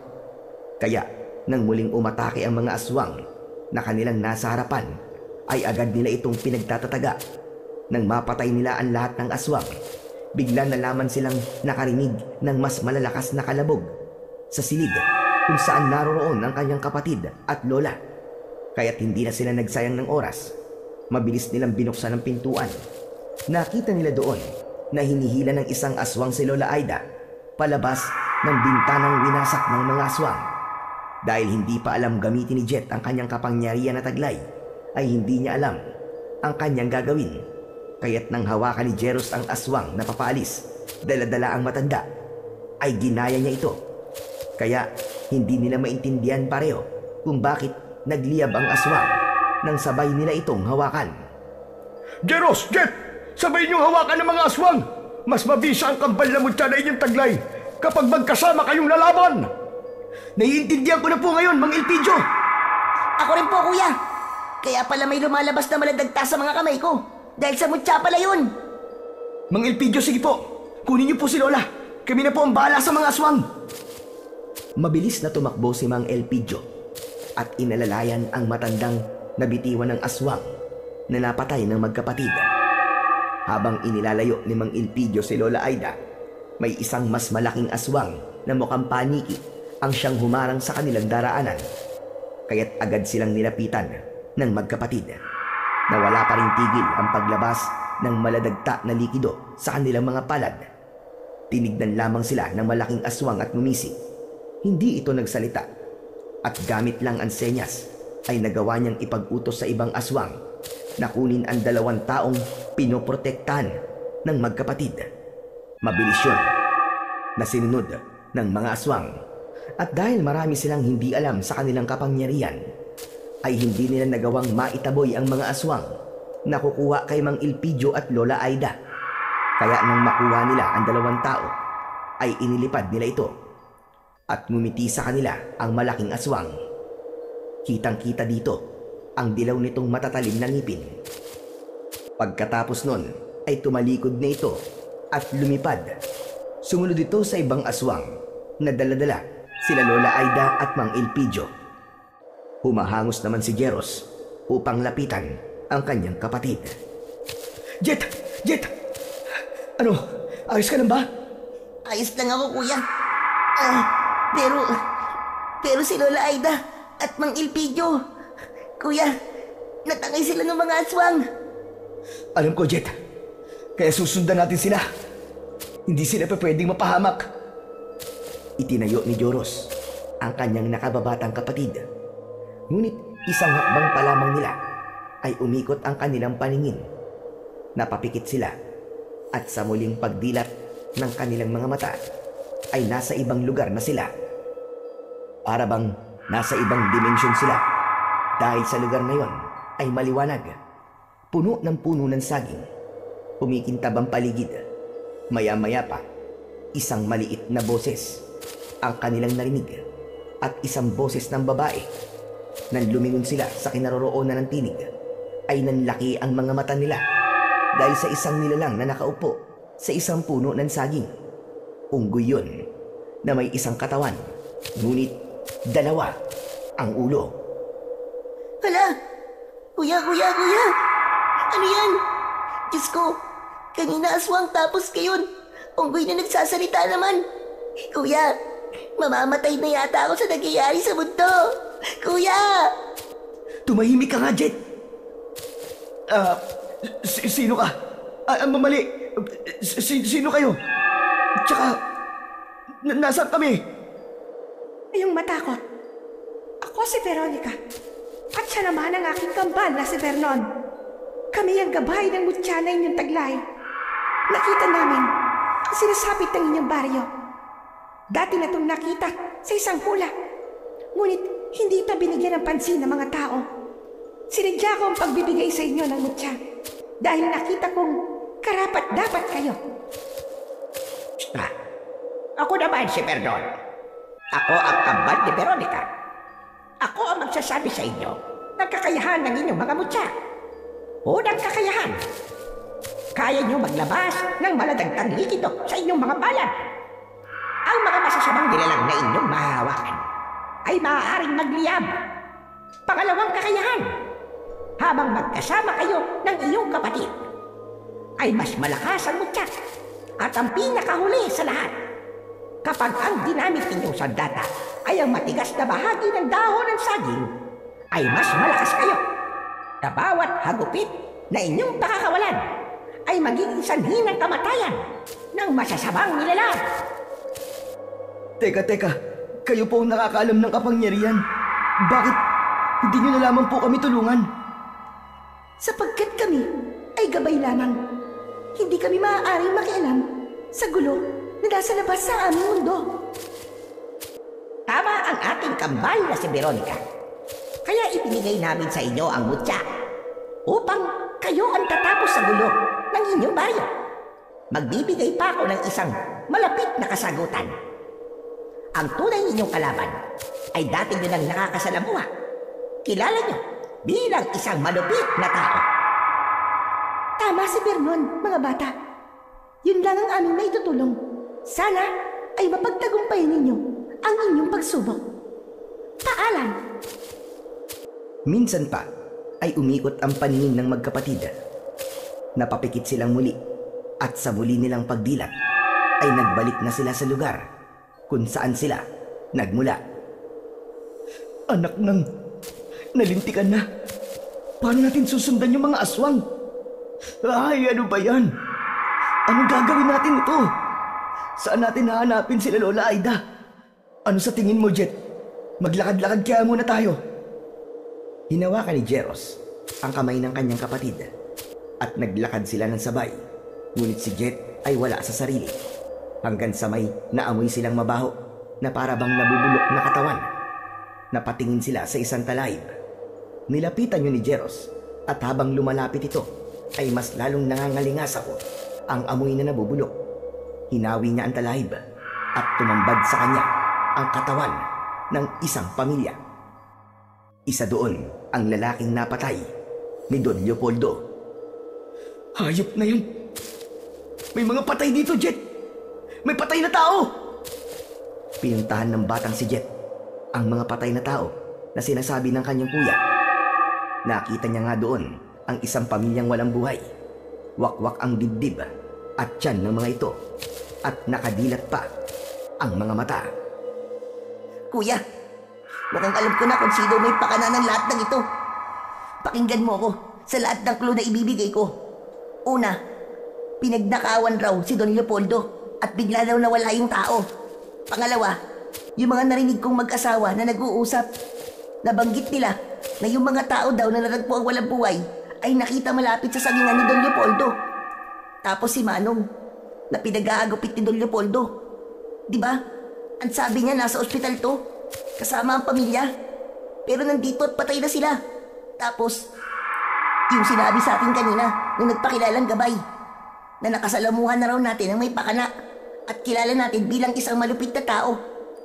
Kuya, malinaw na malinaw yun na si Don Leopoldo ang may kagagawa ng lahat ng ito. Diba? Teka, Jet. Sigurado ka ba sa mga sinasabi mo? Kuya, hindi ka ba nakinig sa mga sinabi ko sa'yo? Napakalinaw na nga nun, hindi ba? Sigurado ako na si Mang Leopoldo na nga ang may pakala ng lahat ng ito. Kung ganun, Jet, magbabayad siya sa kahayupan niya. Sisiguraduhin ko mapapatay ko siya. Kapag may nangyaring masama kay Lola Aida, humanda talaga siya sa akin. Sige na, pumunta ka na ng barangay. Ipagbigay alam mo na tagpuan nating mga katawan dito. Tapos ako, didiretso na ako sa sagingan. Kukuha ko ng pwede nating magamit na sandata. Tapos ikaw, susunod ka sa akin doon ha. Papasok tayo sa mansyon. Sigurado ako na hindi sila malayo rito. Ngayon malinaw na sa akin kung bakit ayaw ni Don Leopoldo na nakawin ng mga puso ng saging. Dahil ayaw niyang maunahan siya sa mga mutya. Sige na, aabangan kita sa kubo ni Don Leopoldo. Tumango na lamang si Jet at mabilis niyang tinahak ang daan patungong barangay, habang si Jeros naman ay tinahak ang daan patungong sagingan. Pagdating niya doon, napansin niya ang paligid. Napuno ito ng ingay na parabang sa tuko. Mabilis niyang inakyat ang bakod. Hindi naman siya nahirapan dahil sa tulong ng dikit ng dagta na lumalabas sa kanyang mga palad. Pagpasok niya, dumiretso agad siya sa sagingan at namili ng matandang dahon ng saging para sa matigas na bahagi na kanilang magagamit sa pakikipaglaban. Maya-maya pa, nakita niya ang kanyang kapatid na paakyat na rin ng bakod. Kaya agad siyang pumunta sa kubo na kanilang pinag-usapan. Bit-bit ang mga nilinisan na tangkay ng dahon ng saging. Binigyan niya ng isa ang kanyang kapatid at binulungan ito na dahan-dahan silang papasok sa malaking mansyon. Magdahan-dahan ka lang. Papasok tayo ng mansyon nang walang makakapansin. Hawakan mo ang kamay ko, Jet. Huwag kang lalayo sa akin, ha? At kahit na anong mangyari, huwag mong bitiwan ang kamay ko. Maliwanag ba? Maliwanag po, kuya. Pero teka lang. Kahit na ano man ang mangyari sa akin, kuya, gusto kong malaman mo na mahal kita, ha? Pakisabi din kay Lola Aida na mahal ko siya. At salamat sa lahat. Sira ulo, ano ba pinagsasabi mo? Para ka na mamaalam ah. Pumasok tayo ng magkasama at buhay. Lalabas tayo ng buhay at ligtas. Kasama namang Ilpidio at Lola Aida. Kukutungan kita dyan eh. May problema pa nga tayo eh. Kaya huwag mo muna akong dramahan ah.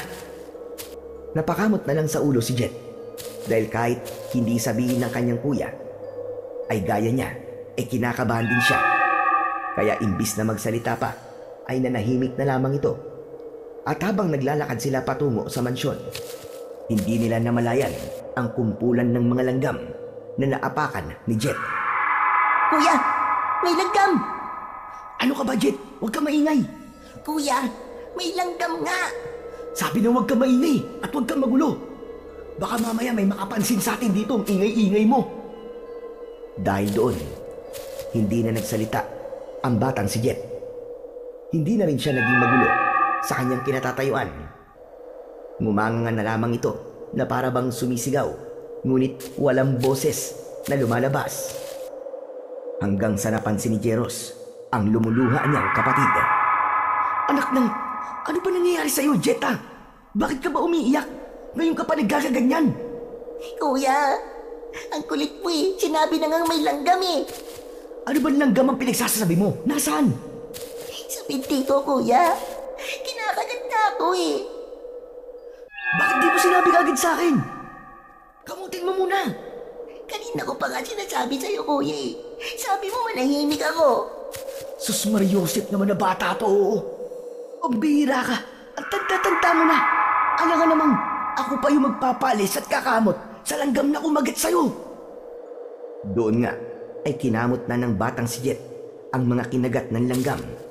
Ngunit dahil sa galaw nito, natamaan niya ang isang pala na nakatayo malapit sa labas ng mansyon.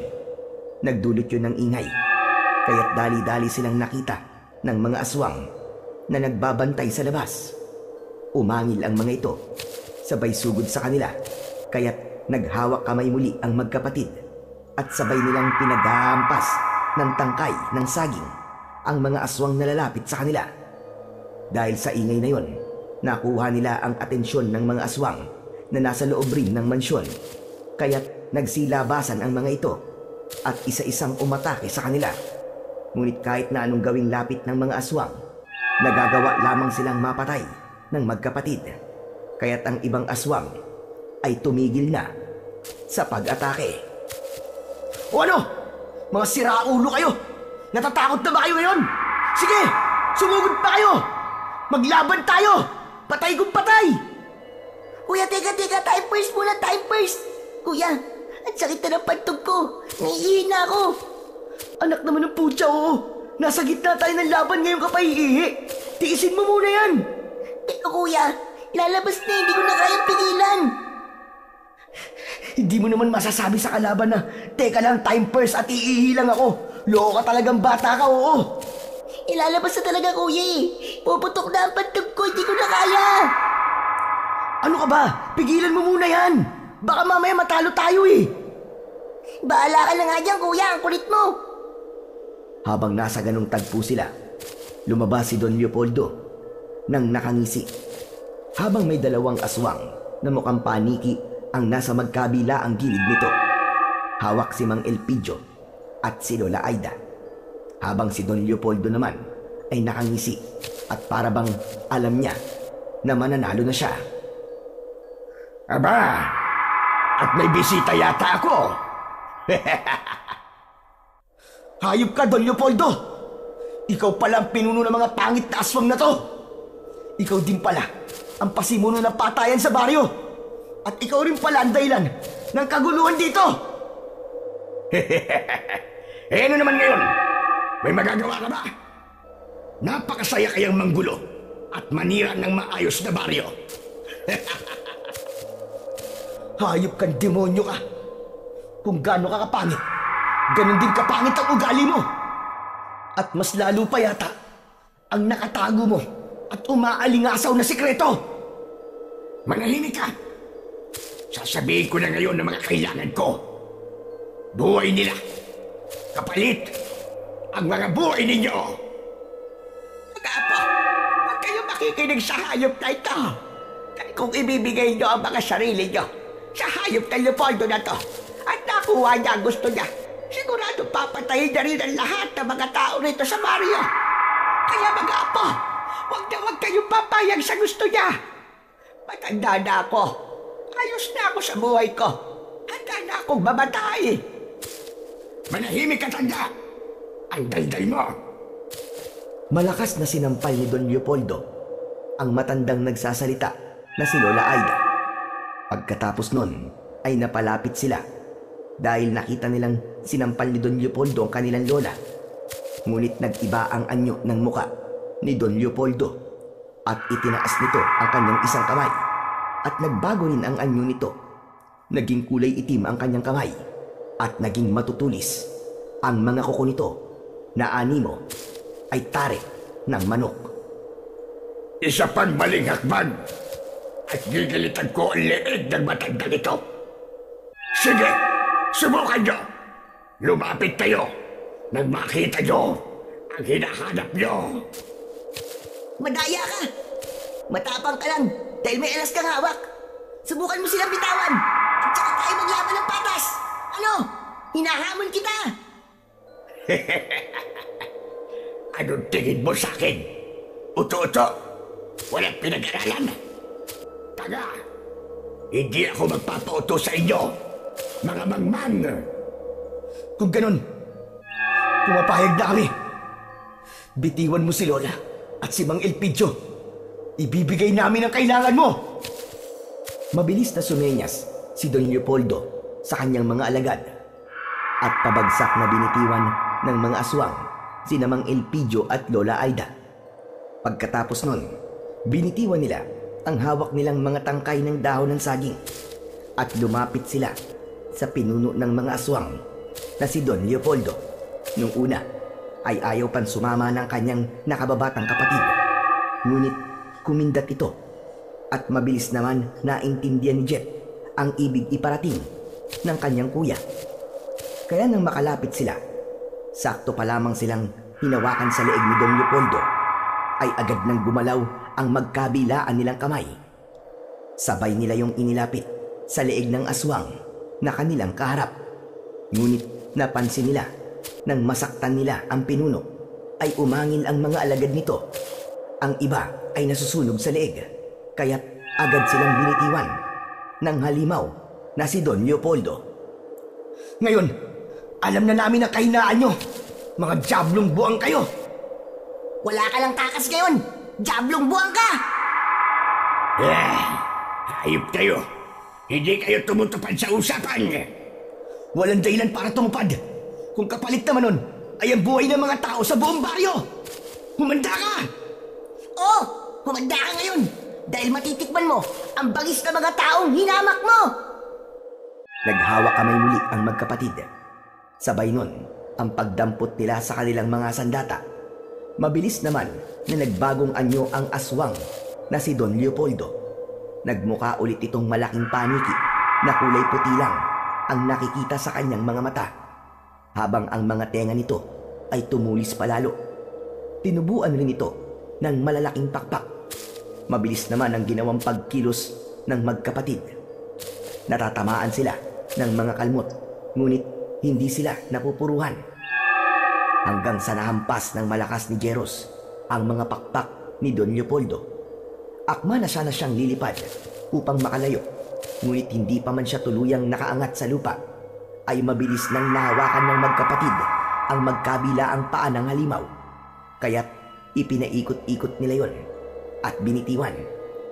Nang binitiwan nila yon, ay gumulong yun sa lupa. Hindi naman siya natulungan ng kanyang mga alagad dahil bawat agupit na natatamo nito ay siya ring nararamdaman ng mga alagad nito, habang ang kanilang pinuno ay gumagapang na lamang sa lupa. Nilapitan ito ng magkapatid habang magkahawak pa rin ang mga kamay. Maawa na kayo. Huwag niyo akong papatayin, pakiusap. Magpapakalayo-layo na lang ako. Patawarin niyo ako. Huwag niyo akong papatayin. Nung may taong pinapatay kang hayop ka o pinapatay ng mga alagad mo, tapos nagmamakaawa sila sa'yo, naawa ka ba? Hindi, di ba? Hindi ka naawa. Brutal mo silang pinatay. Tapos, yung taong pinatay mo ang buong pamilya, siguradong nagmakaawa rin sila sa'yo na huwag mo silang papatayin. Naawa ka bang hayop ka? Hindi rin, di ba? Dahil demonyo ka. Demonyo! Demonyo! Kaya wala kaming dahilan para maawa sa isang kampo ni Satanas na kagaya mo. Sabay nilang inihampas ang kanilang mga sandata sa magkaibang direksyon. Pagkatapos nun, sabay ng mga aswang na nasunog ang siya ding pagkasunog ng katawan ng pinuno ng mga aswang. Nang makita nila ang pagkalusaw ng mga aswang at alam nilang tapos na, mabilis nilang nilapitan ang 2 taong nakatayo. Lola Aida! Mang Elpidio! Salamat sa Diyos! Tapos na po. Patay na po ang mga aswang. Wala na po si Leopoldo. Malaya na po uli ang baryo. Wala na po uling sasalakay at manggugulo sa baryo natin. Tama kayo mga apo.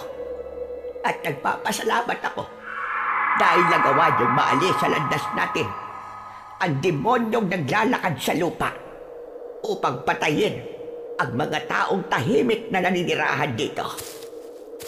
Sigurado kong ipagmamalaki kayo ng buong baryo, mga bata. Maraming salamat sa pagkakaligtas niyo sa amin. Isa kayong tunay na mga bayani. Pagkatapos nun, nagyakapan sila ng maigpit. Sumali na rin doon si Mang Elpidio. Dala rin ng kanilang kasiyahan. Hindi na nila napigilan ang mapaluha sa labis na kaligayahan. Teka, sandali. Ano yun? Ano yung amoy na yun? Ang pangya! Lola, teka.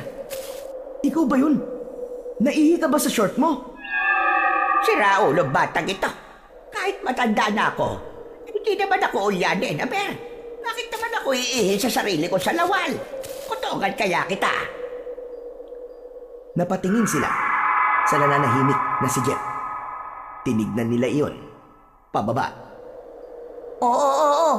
Anong tingin niyo sa akin? Sinabi ko naman kasi kay kuya na time first muna at naiihi ako eh. Hindi ako pinapansin. Kaya yan, naihi na tuloy ako sa salawal ko. Tapos kasalanan ko pa ngayon? Nagtawanan na lamang sila hanggang sa sabay-sabay silang umalis sa lugar na yon nang may panibagong pag-asa at ngiti sa mga labi.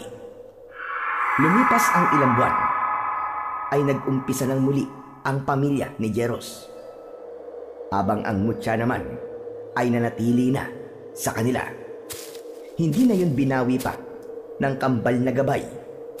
Namuhay na rin ng matiwasay ang baryong kanilang iniligtas sa kamay ng mga aswang. Pagkatapos ng 1 taon, matapos ang madugong sagupan sa mga aswang, unti-unti na rin nakabangon ang mga tao sa pinsalang dulot ng mga aswang. Nakapagsimula na ng maliit na negosyo ang magkapatid. Nagtitinda sila ng banana cue, turon at maruya na siya namang pinagtutulungan nilang lutuin ni Lola Aida. Naging mabenta ito sa kanilang baryo at talaga namang pumatok sa panlasa ng kanilang mga kapitbahay. Kaya kahit papano ay masasabi natin ngayon na maayos na ang takbo ng pamumuhay ng magkapatid. At dahil doon, si Jet ay natupad na ang kanyang pinakagusto. Nakapag-enroll na rin siya para muling pumasok sa eskwelahan at ipagpatuloy ang kanyang palaging nauudlot na pag-aaral. At madalas naman na nakagabay sa kanila si Mang Elpidio na hinasa pa sila at si Nanay na mas matutunan kung paano gagamitin ng mas maayos ang kanilang mutya ng saging sa pakikipaglaban sa mga kampo ng kadiliman tulad ng mga aswang na posibleng magatid muli ng takot at kaguluhan sa kanilang baryo sa hinaharap. Nangako naman ng magkapatid na hanggang magkasama sila at may lakas ay patuloy nilang ipaglalaban at ipagtatanggol ang kanilang mga mahal sa buhay at baryo laban sa mga aswang sa ngalan ng pag-ibig at katarungan. Sa kwentong inyong napakinggan ay pinatutunayan ng magkapatid na kahit gaano kahirap ang unos mula sa pagiging ulila hanggang sa mabibigat na araw sa ginagapasang sagingan at sa madidilim na banta ng mga aswang, ay hindi matitinag ang dalawang pusong nagmamahalan at nagtutulungan. Sa piling ng kanilang Lola Aida, natutunan nilang bumangon, magpakatatag at huwag kailanman sumuko. At sa bawat laban na kanilang hinarap, naging sandata nila ang pagkakapit-bisig at dalisay na pagmamahal sa isa't isa. Sapagkat habang magkasama silang dalawa, walang puwersa ng kadiliman, walang aswang at walang anumang panganib ang makakawasak sa kanilang samahan. Sa tulong ng pagmamahal at pagkakaisa, lagi at lagi silang magwawagi.